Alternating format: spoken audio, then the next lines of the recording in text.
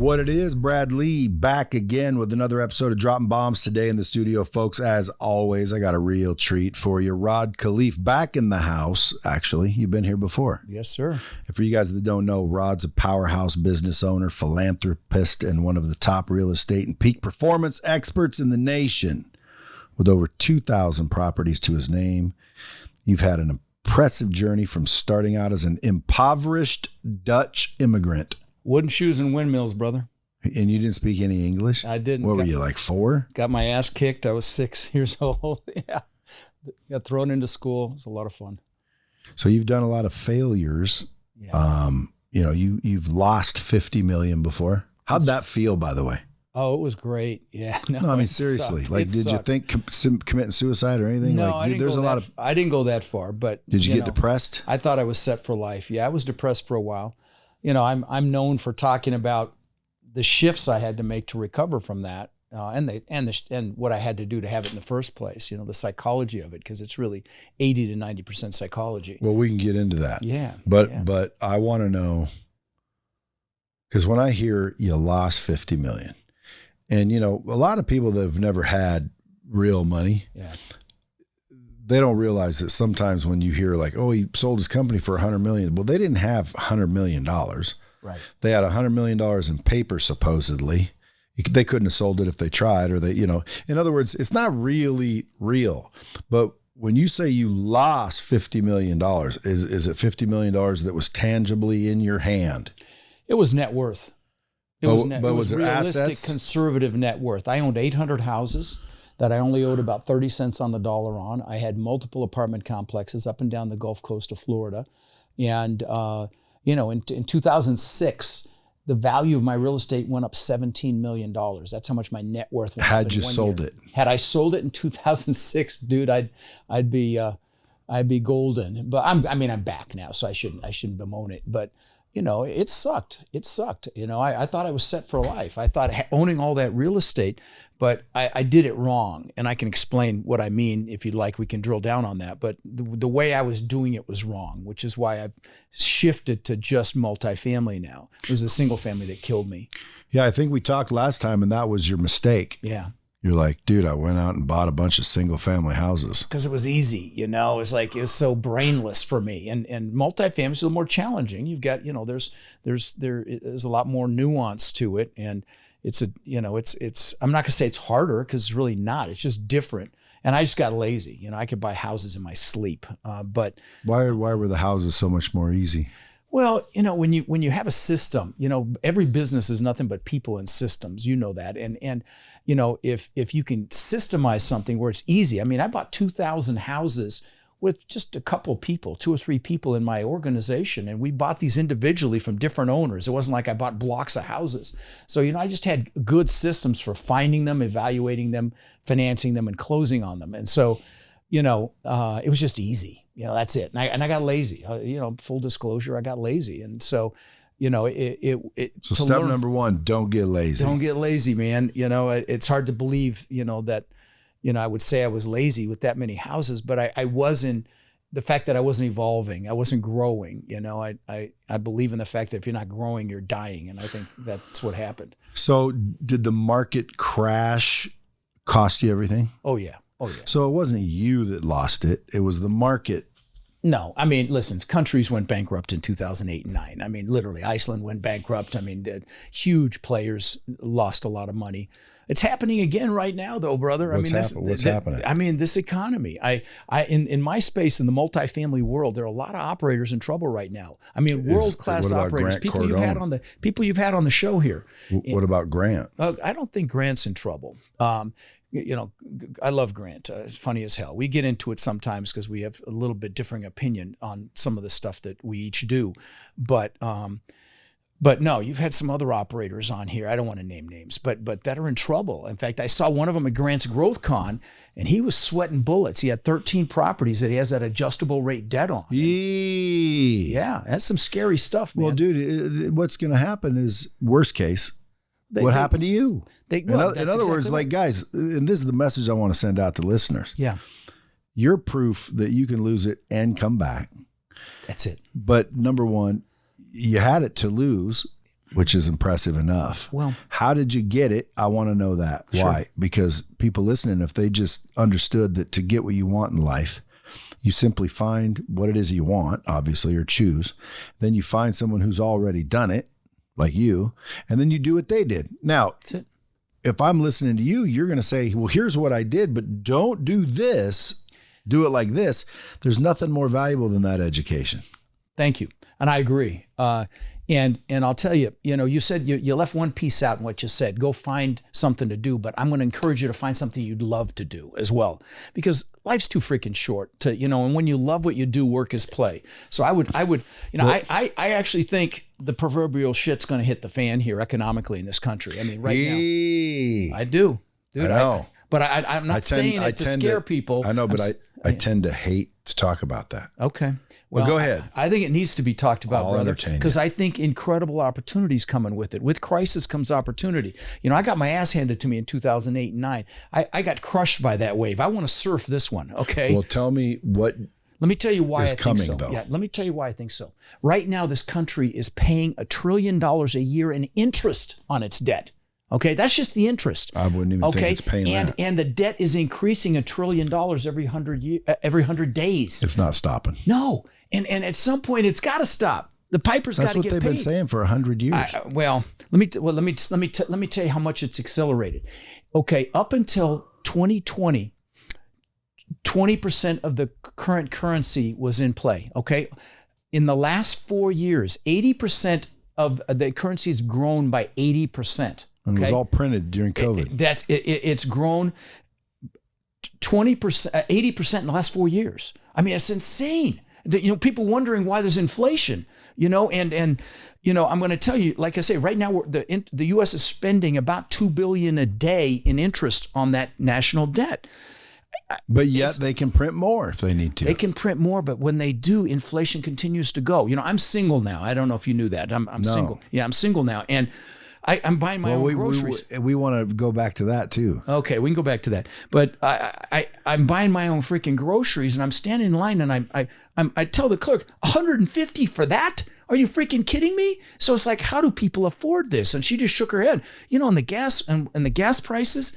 But this printing of money just makes it worse. And so I really believe, let me give you a couple headlines, okay? Jamie Dimon, the head of the biggest bank really in the world, because it's the biggest one in the country, JP Morgan Chase, but the only banks that are bigger than that are state-owned Chinese banks. So it's the biggest in the world. He said that we are heading for an economic hurricane, okay? That because of the debt crisis that we're in right now. And that's not a windfall for some of you. No, it can be, and I'll talk about that too, because I think it will be for the people that get ready for it. I don't want to scare people because I'm saying, like I said, my net worth went up $17 million in 2006. Okay, and I thought I was a freaking god. Okay, real estate god. I could barely fit my head through a door.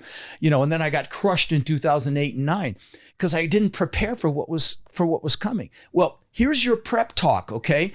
Pick a freaking vehicle. Decide how you're going to capitalize on what I think is coming. And if I'm wrong, great, then you learn a skill that you don't use. But I think there's going to be great opportunity to buy businesses, Brad. Okay, I mean, there's 80 million baby boomers in this country, and they own a lot of businesses, and they want to retire. And as the market contracts, economy contracts, there'll be opportunity to buy businesses, probably for just taking over payments or making payments. So that's one thing. Real estate. I mean, when inflation goes up, rents also go up. And what I do, commercial real estate, the value is based on a multiple of the net income. So you increase that net income, the value goes up. So, but your debt doesn't go up. So if you buy a property today, next year, whatever, you're going to lock your debt in. And as inflation continues, which I think is inevitable, your value of your property is going to go up and you're going to make a lot more money. So, businesses, real estate, but you got to decide how you're going to take advantage of it. And that's what I've been trying to shout from the rooftops, because if you're prepared and you've built relationships and you know how to raise money, and this is some of the stuff I teach. If you know how to raise money, you've got to have either access to money or your own money, then you can capitalize on what's coming. And it could be the greatest transfer of wealth we see in our lifetimes. Listen, I could be wrong, but I don't think so, man. How can the debt go up $1 trillion every 100 days and there not be a reckoning at some point, Trump, love him or hate him, said it could be as bad as the Great Depression. That's a quote. Okay, Elon Musk said, they're lying to you. It's going to be a much bigger crash. These are quotes from some pretty smart freaking people, And so, again, it has to be a big one when it happens. That's for sure. Well, yeah. And the question is why is it going to happen? Yeah, well, at some point you can have what's called hyperinflation. They've seen it in some Latin American countries. It may not happen here. That won't happen. No, it not may not. Hyperinflation. Maybe not. To where you talking about where there's money in the streets and no one even picks it up because it's that worthless? Because the value has gone down so much. No way. Okay. God, can you imagine that, dude? No, it'd be a catastrophe. You know what that means? It'd be a catastrophe. People would die. Millions of people would die. No, that means society and civilization is changed as we know it. I don't disagree. We're still the strongest economy in the world.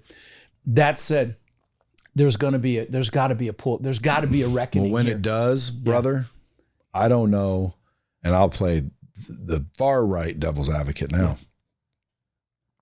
I don't think you can teach anybody anything that's going to help that. I don't disagree if that with shit happens, I don't disagree. Brother, get some guns, get some I ammo, guns, lock down your home, get ready, get some communication set up with some people, some loved ones, get your group together and freaking hold down the fort, bro, Ham, because there's going to be people coming after the shit you got in your cupboards. Listen, I'm a prepper. I'm a big time prepper. Hey. I should show you my gun collection. Got a 500,000 rounds of ammo. You hear what I'm saying? Yeah. We'll talk. See, again, but like people are listening, they're like, damn, dude, he's on one. Yeah, right now I'm thinking, because as he's talking, I'm thinking like, I always play out the actual scenario you're describing. Right. See if it would affect me. That's how I respond. Sure. Like, I don't know about that. Right. Well, if that happens, and again, yes, it's possible. Yes, we printed trillions. Yes, it's freaking ridiculous. Yes, Biden and the administration and it's just like, come on, man, it's going nuts. Right. But I tend not to talk about it. Why? Because, dude, I personally can't do shit about it. Yeah. No, and by the way, I get, hey, take advantage of the times, right? Well, again, I think there will be more of that availability, meaning, yes, it's going to be a little bit of a freaking shit show, but guess what? People paying attention. The world ain't going to hell. There'll be rules and commerce still happening. The question is, who's smart enough to identify the opportunities before the time comes so you're prepared when it comes? You swoop in, and that's what you want to teach people. That's the whole point, okay? Because if it goes that badly, Rod, we're all fucked. I don't believe it'll go that bad, and I will tell you, I'm a freaking prepper. I'm embarrassed to admit it sometimes, but we have insurance for health, we have insurance for our car, we have insurance for our automobile, our homes. This shit hit the fan insurance. So do you have food in your dry room? I have a year's supply of food for 8 people. I have 500,000 rounds of ammo. I have guns. So, I know it's a little, I had fun. Honestly, let me say this. Before people get freaked out, I had fun with it. Okay. I like to buy shit. So I had a lot of fun gathering all this crap that I pray to God we never need. But do you know what I think you have that's more valuable than you think? 500,000 rounds of ammo. Oh, I agree. Because when the shit hits the fan, if it ever does, like to that level, some course I taught you ain't going to help. No. What's going to help is 500,000 rounds of ammo. Why? Because, dude, there's going to be people with guns, but no ammo. Yeah. There's so many guns out there, but the guns are worthless without ammo. So guess what? The ammo becomes the gold. Yeah. No, the guns become gold and platinum and worth something too. Because without a gun, the ammo is not very valuable. But together, and you got 500,000. I had fun with it. Okay, that's like having Bitcoin. I got to show you when we finish. Let me show you some pictures of my gun collection. I just had fun with it, honestly. But let's get back to reality for a minute, okay? Because that's Doom and gloom. Doom and gloom shit. But listen, we're definitely going to see a reckoning in the multifamily space. And I mean, look at office as a sector. Do you think that's going to go up or down? Oh, no, it's going down. Oh, no. And I don't mean down. There's going to be a lot of opportunity, a lot of deals going south, okay? They're already going south. I just closed on a deal in San Antonio, a mile away from a 296 unit I own. I just bought a 200 unit, and I got it at about a 40% discount already. So the deals are starting to come. But there's a lot of operators that syndicated deals, and they got this adjustable rate debt, and they're dying on the vine right now. I mean, So they'll want to sell them. Rates have gone through the moon, and sales are down 90% right now. Well, 90%. Then how do you go buy those out from underneath them if you don't have to go get large interest rate debt yourself? Well, you do have to go get large interest rate debt, but they're going to discount the hell out of it because these lenders that are taking these properties back have to discount it. They're not in the management business, so you're going to get them for cents on the dollar. And that's what happened in 08 and 9. If I hadn't been hiding under a rock, buddy, I'd be on the back of a 300-foot yacht because there was incredible opportunity back then.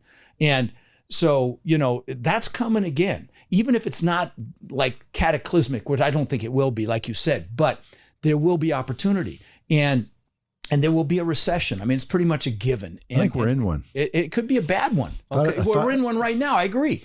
But it could get a lot worse. And I think they're doing some propping up right now with the election coming up. Sure. And so I think after the election, we're really going to see what happens. Especially if the wrong side's elected. Let's not go down that rabbit hole because, man, some of the shit that's going on here is mind-numbing to me. But the bottom line is, I do believe there's going to be incredible opportunity. And that we both agree. Yeah, businesses to buy, different real estate asset classes to buy. I mean, look at the office sector. It's at about 70% occupied right now. Those assets don't cash flow unless they're about 85% occupied. And so here's another doom and gloom thing, but about a third of all that debt in the commercial real estate space is held by small and regional banks. And so if, things get any worse, then those banks are going to fail because that debt's going to fail. And like right now, I would tell anybody, if you've got more than 250,000 in anything but a large bank, and even then maybe you got to be a little careful, I would spread it. Okay. Like I have my millions at a bank that spreads it out over 80 banks and doesn't put more than 250 in each bank. So it's covered by the FDIC. And so, these are just precautionary things. I got my ass handed to me, so I'm a lot more conservative than most people. What happens if you wake up and your money's gone and it was all in one account? Like exactly. That? What happens? Well, if the bank fails, you mean? Yeah. Well, the FDIC comes in and they'll cover 250 grand of it. But if you got $1 million, you're going to end up with 250. Okay, so is that what happens? Yeah. This bank just crashes and all of a sudden they don't need to give your money back? No, if the bank fails, the FDI, that's what the Federal Deposit Insurance Corporation is there. It's a federal. Well, then what bank would you recommend? Well, there are several banks that spread your money across multiple banks, okay? They sweep it. And so they don't put more than $249,000 in change in each bank. Like I bank at one and I've got a few million at this one that spreads it and keeps it deposited at 80 banks. So if they fail, you're covered by the government. Let's all 80 fail. I just saw a headline: 63 banks are about to fail. Really? Wow. Well, there you go. Well, which 63 are they? Yeah. Well, this is what I'm talking about. Is Bank of America or Chase one of them? No. Good. Even if they fail, if you're only at 250, you're good. Okay, because the government will pay that 250 to cover it. But I'm not good. Okay, well then you need to. Yeah, we can talk offline about where I have mine now. But they're paying decent interest, 4 or 5%. I mean, not great, not as much as inflation, but again, what I'm talking about is just preparing. I don't want to be a doom and gloomer. Listen, I believe opportunity is coming. I really do. But you got to get up to speed. You got to decide how you're going to capitalize on it. If you're going to do it in multifamily, get your ass to one of my boot camps. I've got one. We've got one coming up. It's virtual. And if you use the code Brad, you come for $97. We can talk about that later. But the point is, decide how you're going to capitalize on what potentially could be coming. Because again, if I'd have prepared back in 2006 and 2007 and got into cash and not gotten hammered, my God, the opportunity was incredible. My portfolio dropped 70%, okay? I was at a 30% loan to value. By the end of 2009, my portfolio was upside down. That's how much it dropped. So people did come in and buy these properties at 30 cents on the dollar. And that I believe, which is what all they were worth at the time. That's correct, but now they're back up to, I mean, the incredible discounts. But when you're getting them 30 cents on the dollar, people think, well, they're making all that money. No, they have to wait because that 30 cents is now you have to wait for it to rise again. Right, but it's still, you're still buying it heavily discounted, brother. Okay? I know, but if I bought it from you at 30 cents on the dollar and then turned around and sold it to the next person in line, would I be able to mark it way back up? Well, not day one, but yeah, after a couple of years, you get the rents back up or the income back up. See, the occupancy. Occupancy, the rents, all of the above. All of it, yeah. Yeah, but the bottom line is, the whole business is buy low, sell high, and so there's going to be incredible opportunities to buy low. Is the point I'm making. Well, how do we take advantage of it? So tell me, walk me through it. So you've got to decide what you're going to use, what you're going to buy. You've got to learn that business, whether it's buying houses, whether it's buying, other types of real estate, multifamily, mobile home parks. What do you call where it's a big warehouse and people just pay you to store your shit in there? Industrial. Oh, self-storage. Self-storage is also a great asset class. Industrial warehouses is great with the Amazon dynamic. Yeah, warehouses. So that's called industrial? That's industrial. Okay, so I want industrial, I want self-storage, and I want multifamily. And mobile home parks are great too if you can find them. These are all That's great. More land, isn't it? Well, no, I mean, listen. Because people put their mobile homes on your space in your little slot. Correct. And pay you rent for that slot, Correct. Which is more of a real estate play. Well, it's a real estate play. Yeah, sure. At some point, that land could be worth more than the mobile home park. Yeah, that's a model. But does it work? Does it work the same? Where if I went into a mobile home park with 15 slots and then turned it into 40 slots and tripled my revenue, does the property value go up? That's not the model. That's not the model because that's difficult. No, you can do that with an office building though, can't you? You can do that. You can build. You can always build more. But the model in mobile home parks, which is something I know a lot about, I was going to do it, studied it, raised money for it, did everything, is to buy a park that has at least 60, 70 spots on it. And then if they're park-owned homes, you convert them to where the person owns them that lives there. They make you payments for the home and they pay you lot rent. You want to convert to lot rent. That's the best model. My brother owns several mobile home parks. One of my best friends is a very large operator in that space. Again, these are just one of many different asset classes. Yeah, but I want some. Okay, well, I mean, listen, you've got to learn it. Okay. I came from them. Okay. There's an edge. You came from a mobile home park? No shit. Wow. That's impressive, buddy. I didn't know that.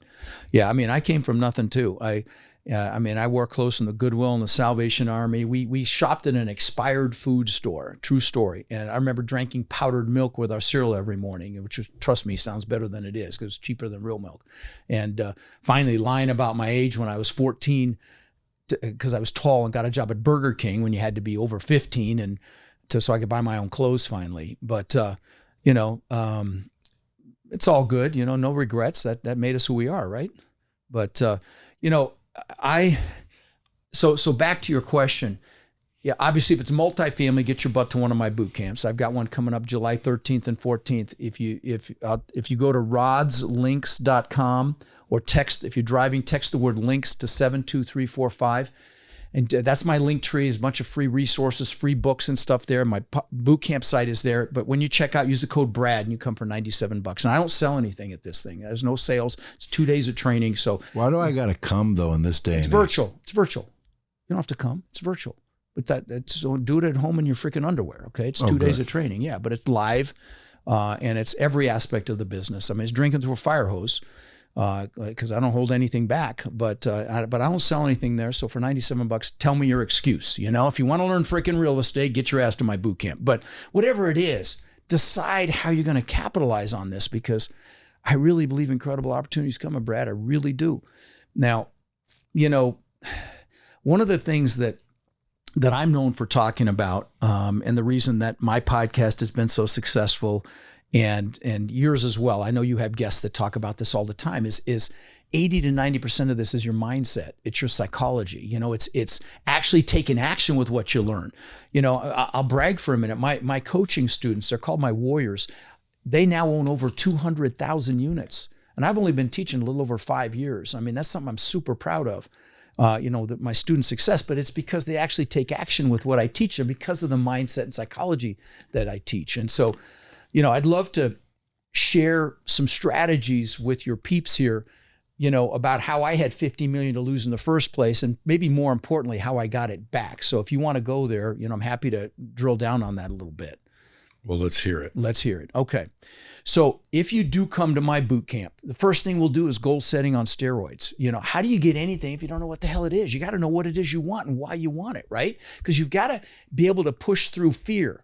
You've got to be able to push through any limiting beliefs that you have. When I immigrated to this country, like I said, I got thrown into school. I got my ass kicked regularly. And then my mom, proud Dutch woman that she is, thought it'd be a great idea to send me to school in wooden shoes and those leather shorts the Germans wear for Oktoberfest. So I got my ass kicked again. And, I came up with this belief system that I wasn't good enough. I used to ask myself, how can I show them I'm good enough?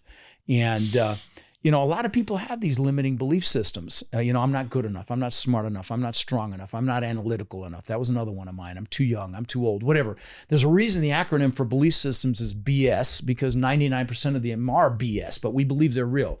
And so that's why goal setting is so freaking important. I mean, if you're listening and you haven't done your goals recently, go to Rod's links. I have a goal setting workshop at the bottom. It's free. Everything there is free except for the boot camp if you want to come for $97. But at the bottom is my goal setting workshop. Go do it. Have your spouse do it. Have your kids, if they're over 10 years old, do it. Because, set them up right. Because when you've done your goals and you get excited about what you want, you create that hunger, you create that burning desire. That's what's going to get you to actually take action, to push through those limiting beliefs, to push through fear. Or maybe you're comfortable, and that comfort zone is a nice warm place, and we both know nothing freaking grows there, right? So, the goals is what gets you on track. And the goals also do something else. They trigger something in your brain called your reticular activating system. And that's that subconscious filter that you're not consciously aware of, but your brain points you in the direction of what it thinks you're interested in. And I suppose the greatest example of it is when you first buy a car. You never really noticed them before then, and you buy it and they're everywhere. Well, that's your reticular activating system. And it's the same thing with your goals. Then once you've done your goals and you've determined why they're a must, the why is even more important because the why is what drives you. Then you've got to make a decision. And I don't mean dip your freaking toe in the water. I don't mean 1 foot in, 1 foot out. I mean, when you make that decision, it's done. Okay. There's no backing out. It's, the Latin root for the word decision means to cut off. It means if you're going to attack the island, you burn your ships because you're taking their damn ships home. That's a decision. Okay. It's done. And then once it's done, you're like a train on a track, man. And you're committed. If you're just like interested or dipping your toe in the water, you're going to get knocked off track. And so, but you've got to make that decision. And then after you've done, well, here's this. Motivation will get you started, the goal setting, but it's that decision and getting committed that'll bring you home. So that's the next piece. And then you've got to take the first step. I see it with my students all the time. It's called the law of the first deal. They come into my program, it's 6 months in, sometimes 8 months in, and they're bemoaning that they don't have a deal, and I'm kicking them in the ass to go out there and keep making calls. And then they get a deal. That first deal, it's always the hardest. It's the most stressful. It takes the longest. Then they get one. Next thing I know, they got 3 or 4. I'm like, what the hell just happened? Because it's all in their brain, right? It's all psychological. But they've got to take that first step. And a lot of analytical people are afraid to do that. Well, how do we do it? Well, how do you take that first step? You just got to push through the fear and do it, man. Okay, I'm ready. Let's go. Well, now what? Now what? Well, get your ass to my boot camp. Okay, then what? Then you take action with what I teach you. So I'll learn everything in the boot camp. Well, you'll learn everything you need. Absolutely. It's 2 days of training. So I'm going to learn how to find them, how to underwrite them. Let me talk about what you learn. You'll learn how to pick a market, what to look for in that market, how to determine what's good in that market. What are the jobs like, the population, the income. I give you all the websites. I can give you some right now. bestplaces.net, city-data.com. datausa.io, census.gov. There's 4 websites to get demographic information to pick your market. Then, so you teach me how to pick my market. Absolutely. What to look for. It can't be wherever you want it. No. So when you guys are picking these markets, there's strategy behind it. Absolutely. Okay. And then how to find deals. But that's the one I'm interested in. How to find deals? Yeah, because I keep hearing all these gurus talk about, dude, I'll show you how to do it and I'll show you how to do it. even if you have no money and you have no credit, well, dude, I got money and credit. Right. Like, what about us? Like, fuck, I'm in. Like, Dude. where do I go? What do I do? But I don't want, every time I do this, by the way, someone goes, well, just invest in me and I'll go build them. I want to do it. I literally want to go. Are you just saying that for your peeps here? Or are you serious? No, dude, I've been serious. Okay. You said this last time I was here, but that was like a year and a half ago. See what I'm saying? Okay. Well, Let's I don't go. know how you have the bandwidth. I've never been to your boot camp. But I don't know how you have the bandwidth for it, honestly. I'm just being honest. I think you're going to have to align with somebody. Because I don't want to do it full time. Right. But again, I mean, like right now, if I used my social media and said, hey guys out there, deals, I'm looking for deals, send me your deals. Right. If I have a team of underwriters that go, ba, ba, ba, ba, ba, ba, ba, and they go, cherry. You could and then I absolutely go, do that. oh, cherry, rary. And then I go, bing, I take the cherries. And then it's a system. It's just a system. Then you raise the money. I mean, you could raise the money in your freaking sleep, man. With your I don't want to raise money because what if for some reason shit like that happens? Well, now, not only do I lose my money, I lose your money. No. Listen, if you buy right, it doesn't matter what the hell happens. Okay, people need a place to live. That's there's no greater asset than to buy than real estate right now. Okay, because even if the market goes to hell, people still need a place to live. Now, and let me add to that: if it goes so far into hell that they ain't paying rent, because that's the big argument. What if they don't pay rent? If nobody's paying rent anymore, guys, we are all in a world of trouble. No, it's over. Like this, that is a situation that it won't matter anymore. No. Do you know why? Because I don't give a shit what you own. I'll come take it with my guns and my tribe of freaking warlords. Here's the thing, though. I would not buy D assets right now. I would not even buy C assets. D is shitty A, B, apartments. C, and D. D's the hood, okay? I would just buy A and B assets, or if I buy a C asset, it's in a B area that I can bring up to B, because those people can afford to pay the rent no matter what happens. But the C and D, like I saw in the grocery store and the freaking gas pump, those people are dying, man. And it's going to get worse. So don't buy those. Do you know how I can help those people though? I'll tell you offline. I'm starting something where I'm going to help those people. Oh, I love it, man. Love it. I want to hear that. Well, because I need to turn around. The best way to coach, if you want to help, do something yourself, right? And then turn around and help the people you used to be do it too. Couldn't agree more, man. So when I look back, who did I used to be? I used to be these C's and D's. I don't say ghetto, but I hung around the ghetto, but I wasn't from it. I was from the C's, sounds like. Yeah. Okay. And you're right, dude. Like, they're screwed. Well, do you know why they're screwed 9 times out of 10? Because they're not doing the right shit. Well, and it's mental too, brother. Well, so I'm going to tell you, it's not just the strategy. It's going to be you're going to have the mindset's going to be a big piece of it. Dude, mindset, skill set, habit are my 3 things. There you go. Okay. So I want to go help them, but that's beside the point. Oh, I love it. No, I freaking love it. I am man. dead serious about real estate. Every time I get excited, someone comes in and talks, I think, well, I got money and credit. So how come I can't seem to do anything? Well, if it takes 80 hours a week, that's why. Well, you don't need the credit. I'm just going to say that, number one, okay? If you've got money, that's great because you can invest in somebody's deal. You can become a general partner in a deal. I don't want to do that. I understand. I want to buy a deal, even if it's a little 18 unit out in Vermont. Like, I don't really care. Like, that's mine. They pay rent to me. I'm getting the tax consideration. Well, you can still get the tax benefits. Listen, don't get so caught up, and that could be why you haven't taken action yet. I haven't found a deal, because when you said, this sparked off when you said, but how do you find a deal? I'm like, that's what I want to learn. How much have you really looked, though? Let's be honest. Okay? I haven't looked at all. Okay, well, there you go. That's why you haven't found a deal. Because I don't know what to look for. Okay, all right. Well, I'm going to just look at deals, not know what I... Let me freaking help you, please, God, because I would love it, okay? And so here's the thing, though. You've got to... There's a learning curve, man, like anything. There's a learning curve. So tell me, just walk me through, like, okay, for example, go look on, Netlex or whatever it's called. not you could go to LoopNet, you can look at website stuff, and I teach all of that at the boot camp, by the way. Okay, where to find deals. What do you really do? Huh? What do you really do to find a deal? You set up relationships with brokers is the fastest way, man. I'm writing this down. No, you don't have to. I'll get it to you, okay? Right, brokers. You set up relationships with brokers. All brokers paying attention to this. That's right. DM me the word, I'm a broker. Let's start talking. Oh, dude, Step 2. Be careful what you wish for. But no, anyway, let's go. Again, dude, I'm looking for deals. You got to pick your market, though, man. You can't. The markets that Rod says I should be in. All right. Well, I can give you some. I can give you some. I'll tell you the ones I'm in right now. Hey, Okay. if you Texas, did the research, I'll do what you do. Texas is great. Just like if you're going to invest, go invest in what Nancy Pelosi invests in. Turns out she's pretty good. Oh, let's not go down that rabbit hole. Okay, so Texas, I like Texas. Like Dude, Ohio. listen, I hate to interrupt, but like we're having a conversation. We're not like letting people listen in on. Like, in other words, I'm not bringing them knowledge. I'm having a conversation. And conversations you interrupt sometimes. Yeah. But I'll forget if I don't ask you this.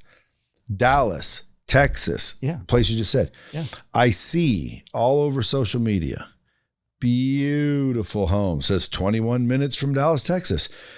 Gorgeous house, $600,000. I'm like, dude, that is a $4 million house here. How is that $600,000 and is it for real?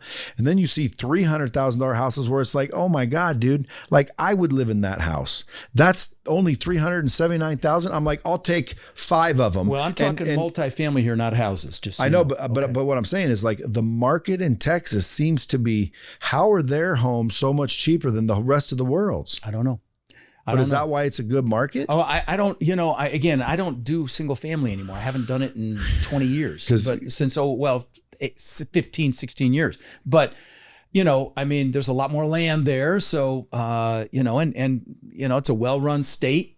We won't talk about the ones that aren't, but, but the multifamily climate there's fantastic. I've got, I don't know, probably 1,200 units in Dallas. I've got now 700, 800 in San Antonio. Love San Antonio. So you literally own 1,200 people's domicile. Yeah.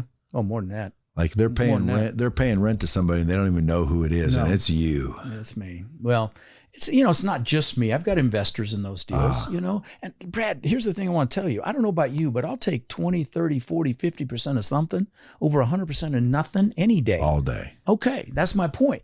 And so, with your platform, and this is just for Brad, guys, so just don't pay attention here. But with your platform, not only could you find deals once you identify a market, don't have every broker in the country send you freaking deals, because that's a waste of time. You need to identify where you want them, and then you could have deals sent to you, but you got to have somebody to underwrite them, okay? And that's a skill set, but you can find that.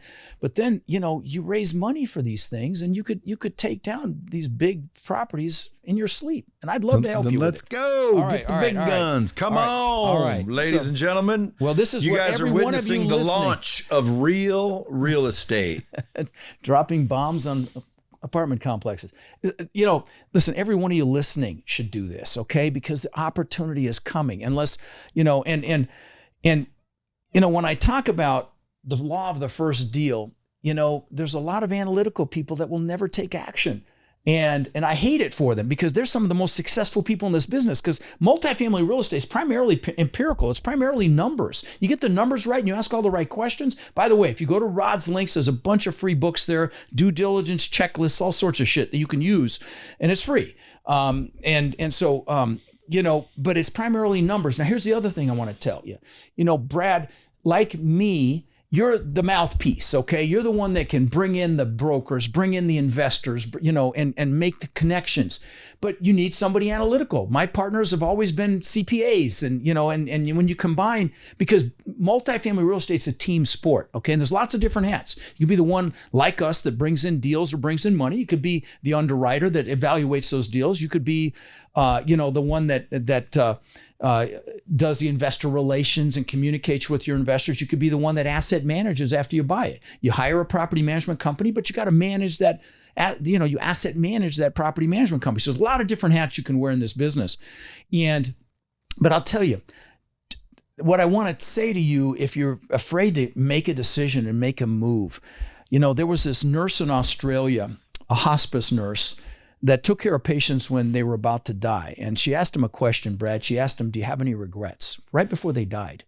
And she wrote a book about it, something like The 5 Regrets of Dying. You know what the number one regret was? It was not living the life I could have lived, living someone else's life, not doing what I know I'm capable of. I can't think of anything worse than that. So, if you're going to fear anything, fear that, and if fear being in the same place a year or two from now that you are right now, unless you freaking love where you are right now. And if you don't, then make a move, make a decision. So take that first step. And then you're able to, and then do your goals. You're able to push through the fear and limiting beliefs. And then I would tell you, pay attention to your focus.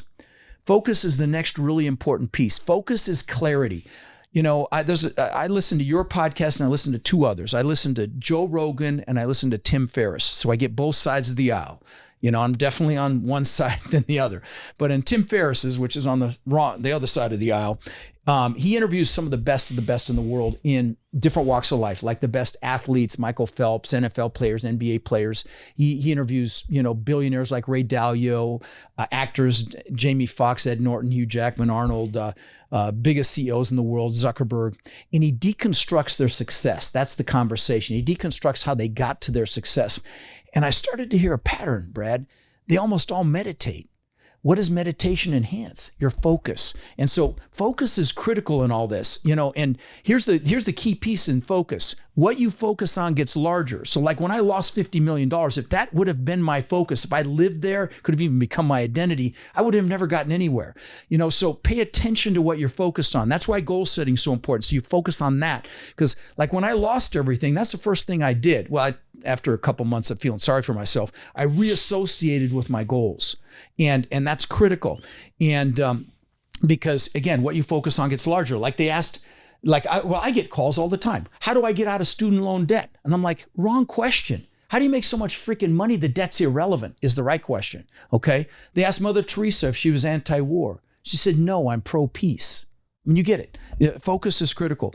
And then I touched on this one. This is huge. And this is huge for anything, whether you do multifamily investing or anything else. Play to your freaking strengths.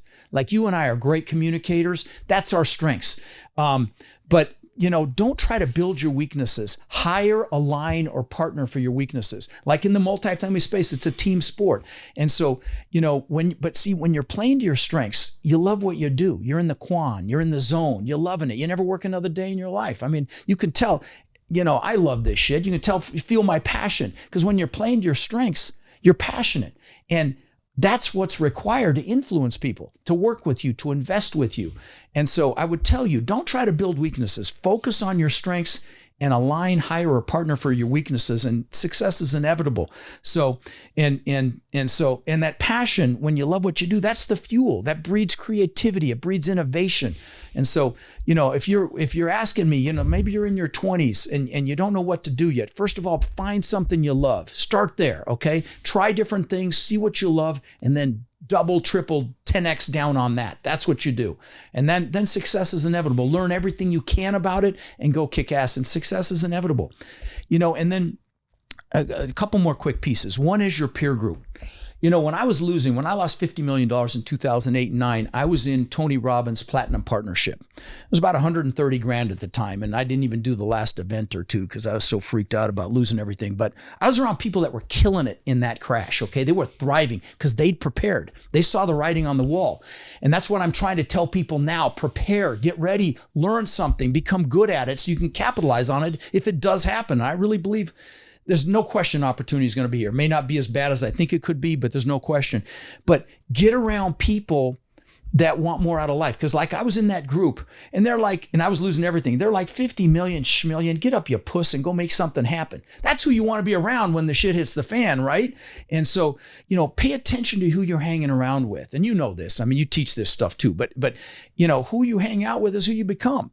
And so many people will default to a peer group they went to school with or they work with. And those people may have their own fears, their own limiting beliefs that, you know, they may be afraid you're going to succeed and they'll look bad, or they may be afraid they'll lose you. And sometimes it's family. You know, I'm going to tell you, love your family, but you know, pay attention to who you allow to influence you. Super important. Your peer group is super important. And, you know, a lot of people fear failure.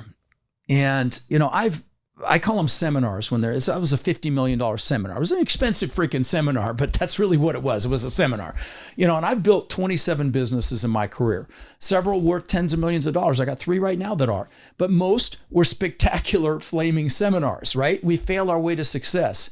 And so don't fear failure. Like I said, fear being in the same place you are right now, unless you freaking love where you are right now. And, you know, I got to meet Sarah Blakely. Have you had her on the show? Not yet. Okay, she's a beautiful soul, beautiful soul. Her and Jesse, her husband Isler, Had him. people. Oh, you had him on? Oh yeah, he's awesome too. Well, anyway, Sarah told me at a mastermind we were at that her dad used to ask her and her brother on a weekly basis, "What have you failed at this week?" And I thought, what a great question to ask your kids so they don't fear failure, you know? So there is that. And then, typically I like to end the psychology conversation with something that's going to seem a little foofy, but hang with me, guys, because this is how I had 50 million to lose and how I got it back, okay? And that's gratitude. Typically most mornings I'll sit in my recliner and I'll just do gratitude for the things in my life, the people I love, my coaching students, my foundation, and I'll just do gratitude and just thank God. And then I'll do gratitude for the things that I want as if I already have them, okay? And I'll say, thank you, God, for this or this and that. And sometimes I'll be emotional, being grateful for things I don't even have yet. And I know I lost some of you analytical ones on that one, but this is how I had 50 million to lose and how I got it back. So ignore it at your peril, okay? But gratitude is incredibly powerful. And this is how you manifest everything you want in life. You know this. And so, and gratitude, it's the most powerful emotion we have in our lives. It lowers our blood pressure, strengthens our immune system, brings us closer to our spirituality. But you use it to get what you want in life as well. So anyway, I'll get off my soapbox here. It's all correct, though. Yeah. You definitely have a passion for it. When you love what you do, man, that's it. I love it, brother. I love it. Don't you? You get all the feedback and the love from the people whose lives you've impacted. I mean, I get love every single day, man. It's the greatest blessing in the world. Yes, right? I do. Yeah. And that's kind of my mission. My mission is to get guys like you, their information packaged up and out to the masses. Yeah. No, I know. That need it, that that's want what you it. do at Lightspeed. I mean, And that's also how you help some of these people that need help. But you can't. You're not going to go help them. They ain't got no money. Well, someone's got to help them. Well, the question is how are you going to help them with no money?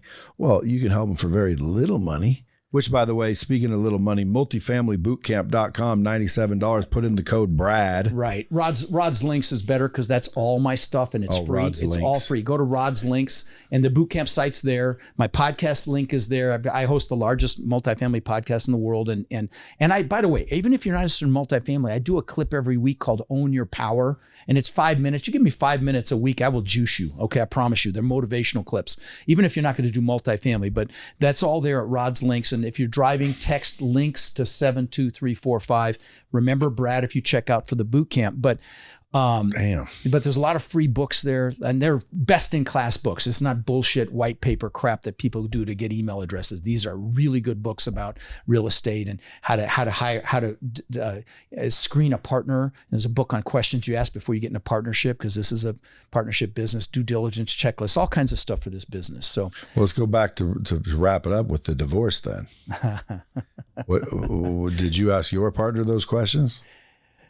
We were together 13 years, buddy. How are you taking it, though? Is it good? Supermodel, beautiful. Are you happy or not happy? No, I'm unhappy. No. What the hell happened? I did a podcast interview on this. I actually, my relationship coach, I flew him out to my compound where I do my interviews, which your ass is going to come to hopefully soon. But he interviewed me, and the headline is like, Rod talks about his breakup. And I got really vulnerable in that interview, I will tell you. And I'll tell you what happens.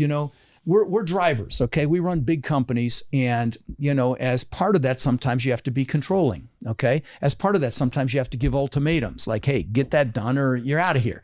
And you don't bring that home though, right? So that was part of it. Well, you don't bring it home, but you build a home off of it. Well, you. What do I mean by that? No, I know what you mean by that. Yeah, no, I love it. You're absolutely right. But I lived to serve her. And, I'll be a little vulnerable here. It's a little embarrassing kind of, but she was my whole world. Okay. So as a result of that, I minimized relationships with men. It's like she was my total focus. If you asked her what my purpose in life was, she would tell you to make her happy. But see, that's not healthy. But, I thought it was, but it's not. You need relationships with men as a man. I'm speaking to men right now. You can't just make them your whole world. So that was another thing I did. But then my coach told me that some of my behavior was feminine. I'm like, I consider myself the most. Serving her was feminine. I agree. Yeah, I agree. I agree with you. Now, I will say this, though. I think if you're in a relationship, a healthy relationship, and you're both living to serve each other, that's a fucking world-class relationship. Sure it is. Yeah. People always misunderstand, especially with me when I say stuff. Like when I said it's a feminine behavior to serve, that's because it's just a feminine behavior. Now, it doesn't mean guys shouldn't serve. Right. Like, dude, the way I look at my wife, like I serve her every day. Right. It's just at the end of the day, she's got her role and I have my role. And like, she knows I've got shit to accomplish. And if it came down to my shit or her, it's her. Right. Not like I don't choose her. Like she's the one that's out. Now, that is the masculine part. Yeah, agreed. We're like, I don't give a shit. Guess what? I'll get another one. No, I agree. But when guys go, okay, nothing's more important in life than you, honey. For some reason, and you can ask women this. It's not me saying it. I've just observed. The mission has to be more important. As soon as you put the girl 100% first, and she knows it, for some reason, women do not find that masculine. They find that feminine and unattractive. So it's almost like, I want you to freaking, and then people take it too far and they say, so you need to treat them like shit for them to love you. It's not one or the other. It's like, listen, I've got a mission, I've got a goal, and I got to get here. There's something masculine about that. And by the way, like, it's in the olden days, it was a fucking war to fight, man. Sure. I have to go fight war. I will be back in a month. Women stayed home, faithful to their man, waiting for them to return from war. They respect that. They respect that. They respect that. That's right. And it like for some reason has this weird connection. But the opposite is true. Guys can get way too feminine, way too needy, way too servy, and unfortunately, it just doesn't work. Yeah, it killed me to hear it. I consider myself incredibly masculine, but I think the dynamic with me was, I'd conquered the world financially already, and so I completely turned my sights on her. You know what we call that, right? What do you call that? Starts with a P and ends with a whipped. Well, I suppose you're right. Hey, and many of us have gotten in that condition, so don't feel bad. I know. But the other piece of it, as it relates to that interview, because I've got a relationship coach right now. I don't want to fuck up again. I don't want to go through this pain again. So, I'm working on me. I'm looking in the mirror and just to become the best version of me. And the other piece of that he told me was that she was emotionally babysitting me. Oh God, I fucking hate hearing that. Dude, I'll bet you that coach would tell me the same shit. I got to go. Really? I got to get that coach. I'll let you. I'll turn you on to him. He's awesome. But what it was because I wasn't interacting with guys as much because I totally turned my focus on her, that I'd come home and complain.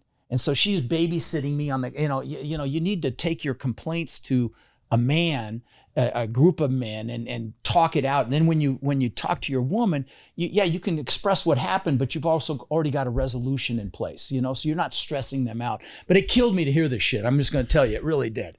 But dude, this is true shit. Yeah. It's funny because I know this stuff. Yeah, I'm being completely vulnerable here. I mean, it's a little embarrassing to talk about it in front of hundreds of thousands of people here, but that, it's real. And guys, if you feel like this could be you, definitely listen to that episode on my podcast called Lifetime Cash Flow Through Real Estate Investing. I don't know the podcast number, but his name's Bart Morse, but the headline is, Rod talks about his breakup or something like that. So it'll really help you if you listen to it. If you feel like you could be in the same place, like you need to build your masculinity a little bit. And it killed me again when he said I was feminine. I'm like, are you fucking kidding me? I'm not feminine. How long ago was that? Oh, it's recent, man. Yeah, I mean, we separated a year ago. Then you could be back. Yeah, I could be back. What do you mean?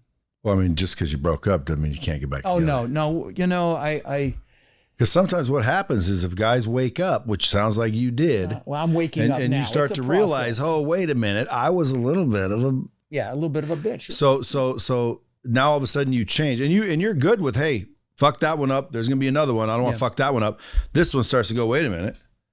That ain't how you were. Wait a minute. You mean you don't care now that I'm gone? Why don't you care about me? Yeah. And the next thing you know, I've seen it a million times, they come back and now they want another relationship. And again, I mean, if you're truly healed and you truly loved her at the same time, you could end up back. Maybe it's a process, Would you hope that happens? I pretend she's listening. Well, if she's listening, yes. But I don't know.